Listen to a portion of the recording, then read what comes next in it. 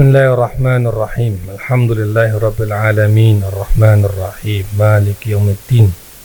Iyyaka na'budu wa iyyaka nasta'in.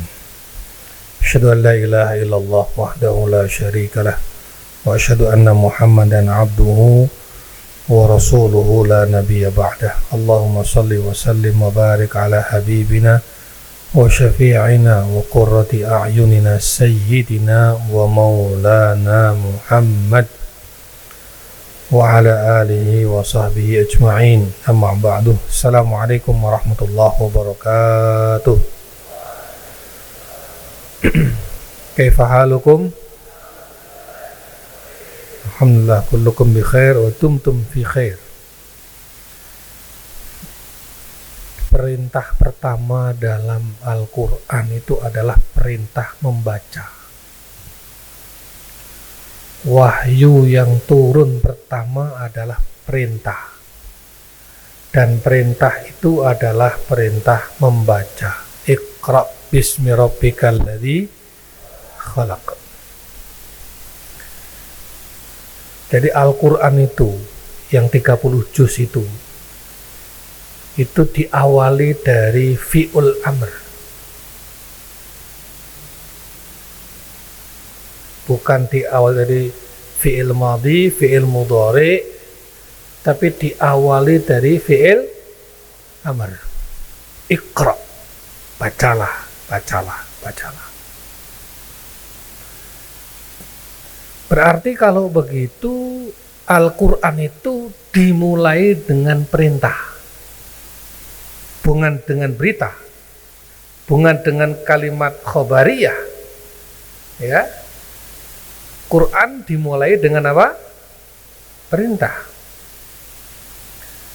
Dan perintahnya adalah membaca. Maka membaca itu adalah menjalankan perintah.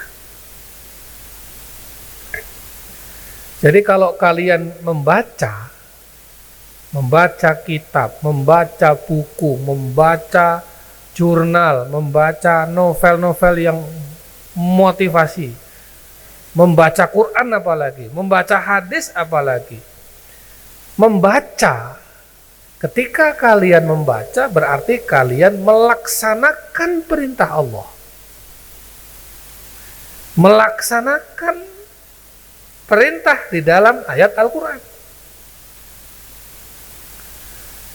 Sebaliknya, orang yang tidak mau membaca, orang yang enggan membaca, apalagi sama sekali tidak mau membaca, berarti dia menyalahi perintah Allah, berarti dia menyalahi perintah Al-Quran. Idzan, membaca adalah ibadah. Jelas? Kenapa membaca itu ibadah? Limada? Ya karena membaca itu perintah Allah. Menjalankan perintah Allah itu ibadah. Mana dalilnya?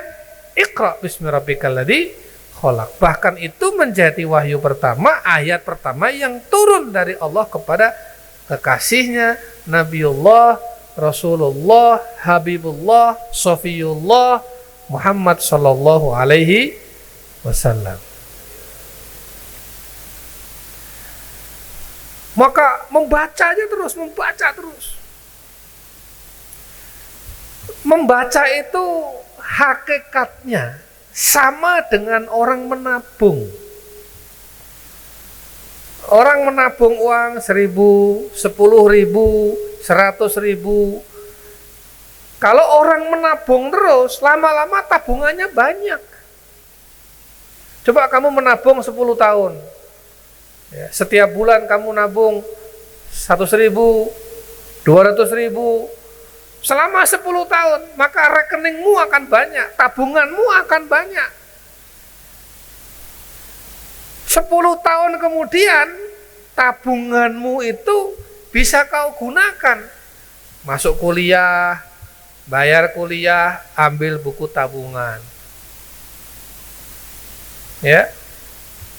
Kalau tabungannya lebih banyak lagi, mau nikah, tidak ada biaya, punya tabungan. Berumah tangga, beli rumah, tidak ada uangnya, tapi punya tabungan. Tabungannya untuk beli rumah. Daftar haji, daftar umroh, dari buku tabungan itu. Tabungannya untuk mendaftar haji dan umroh. Punya anak, punya cucu, anaknya butuh biaya untuk sekolah, untuk kuliah, karena tabungannya banyak. Tabungan itu yang kalian gunakan. Itu orang menabung. Orang membaca itu sama dengan orang menabung. Hanya saja, nih catat ini, yang kalian tabung adalah perbendaharaan ilmu, wawasan dan informasi. Jadi kalau orang membaca, satu hari kamu membaca 2 jam, 3 jam, maka sama dengan kamu menabung ilmu, sama dengan kamu menabung informasi, sama dengan kamu menabung wawasan. Bayangkan kalau kalian rutin tiap hari 3 jam saja membaca. Apalagi perpustakaan udah buka sampai malam, sampai 24 jam nanti akan saya buka itu. Boleh. 3 jam sehari saja. Seminggu nggak usah 7 hari. Seminggu 4 hari saja. 4 kali 3 jam. Seminggu 12 jam. Kalau sebulan berarti berapa? 48 jam sebulan kamu baca. Kalau setahun berapa? Kali 10 bulan saja, nggak usah 12 bulan. Berarti 4.480 jam kamu membaca. Kalau selama 10 tahun kamu membaca, berapa? Masya Allah. Berapa informasi yang kamu tabung, berapa ilmu yang kamu tabung, berapa wawasan yang kamu tabung. Nah, 10 tahun lagi, ketika kiprahmu, peranmu, kontribusimu, kamu menjadi orang yang bermanfaat, kamu menjadi pemimpin umat, ya, di pundakmu tanggung jawab yang banyak sekali. Mimpin keluarga, mimpin masyarakat, mimpin pesantren, mimpin organisasi, apalagi memimpin SDM, banyak sekali. Waktu membacamu sudah sempit, nggak mungkin kamu membaca seperti kamu membaca sekarang. Waktunya udah nggak ada. Itu waktunya kamu beramal, waktunya kamu bergerak, waktunya kamu memberi, waktunya kamu memberi solusi. Nah, pada saat itu, kalau kalian tidak punya tabungan ilmu, tidak punya tabungan informasi, tidak punya tabungan wawasan, kalian tidak bisa memberikan apa-apa kepada umat. Faqidu syai' la yu'ti. Saya dulu 8 jam membaca sehari di Mesir. Setiap hari saya di perpustakaan, setiap hari diskusi. 8 jam saya sehari membaca di Mesir dulu. Informasi terkumpul di sini. Sekarang hari ini nyari waktu 3 jam saja untuk membaca sulit. Dari bangun pagi sampai jam 12 malam banyak kegiatan. Sibuk mengurus pesantren, mengurus organisasi, mengurus umat, mengurus bisnis, mengurus macam-macam yang diurusin. Setiap hari bisa bertemu dengan 10 sampai 30 orang yang berbeda, yang semuanya membutuhkan pemikiran, membutuhkan keputusan, membutuhkan kecepatan berpikir, membutuhkan solusi dari kalian. Gimana? Belum persoalan umat yang kamu harus hadapi, persoalan umat yang kamu harus berkontribusi. Nggak mungkin. Pada saat itu, saya sekarang ini, kalau saya dulu tidak membaca banyak, andai kata saya dulu tidak mengumpulkan, tidak menabung ilmu, tidak menabung wawasan, tidak menabung informasi, faqidu syai' la yu'ti. Mafhum? Mumpung kalian belum punya tanggung jawab besar, mumpung kalian belum punya peran besar, mumpung kalian belum punya kiprah besar, tapi saya yakin 10-15 tahun lagi kamu akan jadi orang besar. Sudah tidak ada lagi waktu membaca. Membaca itu bisa dengan 3 cara. Pertama, membaca dengan mata. Ya, membaca mata. Ambil kitab, ambil buku, ambil jurnal. Apalagi sekarang udah teknologi, semua di HP, semua gadget semua. Kamu bisa lihat perpustakaan di seluruh dunia dari situ. Kamu bisa buka Maktabah Syamilah dari situ. Ya, 24.000 judul kitab bisa kamu buka dari gadgetmu sekarang ini. Kamu bisa masuk perpustakaan Alexandria yang ada 2 juta koleksi buku di perpustakaan Alexandria. Kamu bisa buka dari situ. Itu namanya membaca dengan mata. Mudah sekali. Kalau dulu zaman kita membaca ya harus pakai buku. Sekarang dunia sudah borderless. Sudah tidak ada lagi batas.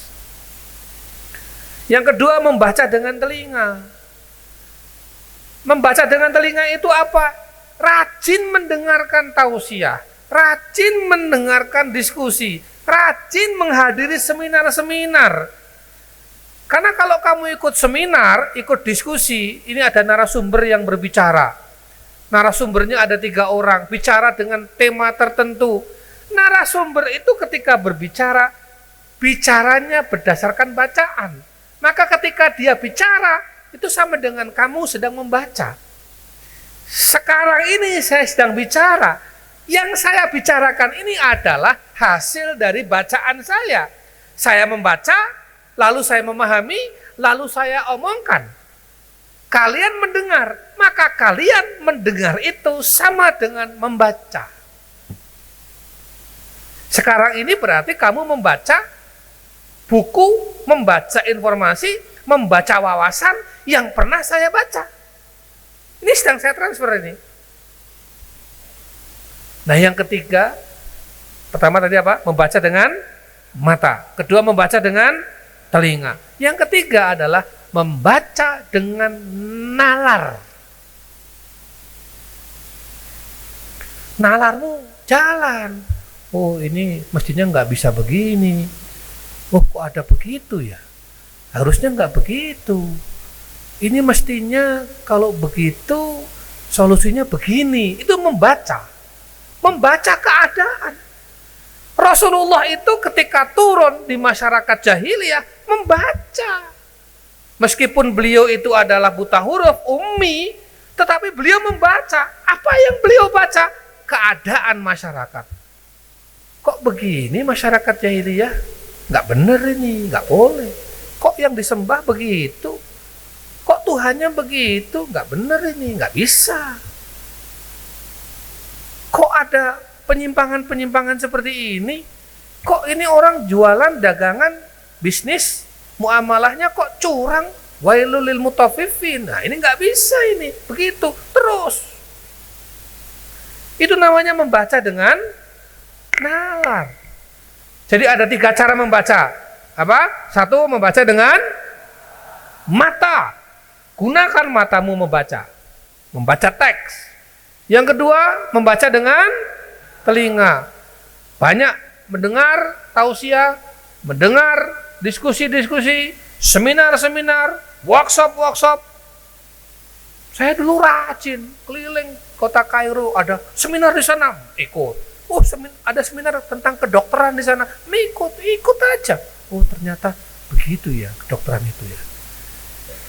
Ya meskipun 10% kamu masuk, 5% masuk lumayan. Besoknya lagi ikut seminar lagi. Ada orang diskusi, klub-klub diskusi, ikut. Itu membaca.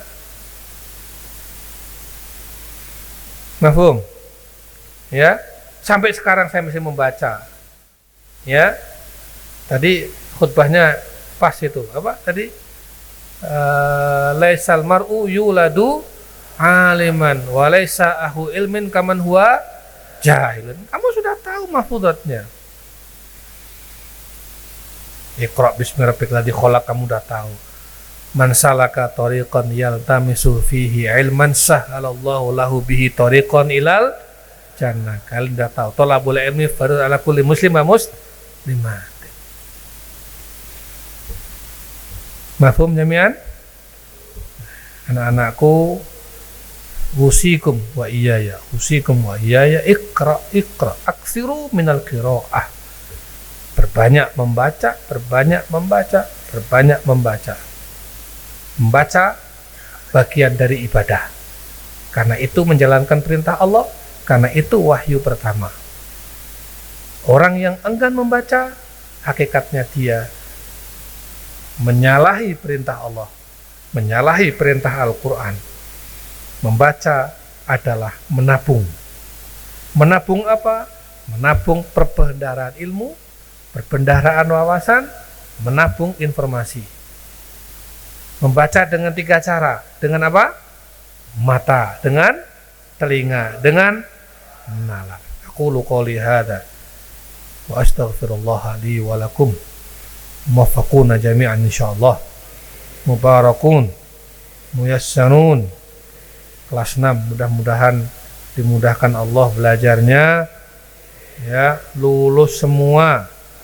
Jangan ada yang nggak lulus, jangan ada yang prestasinya biasa-biasa saja. Prestasimu harus prestasi yang maksimal.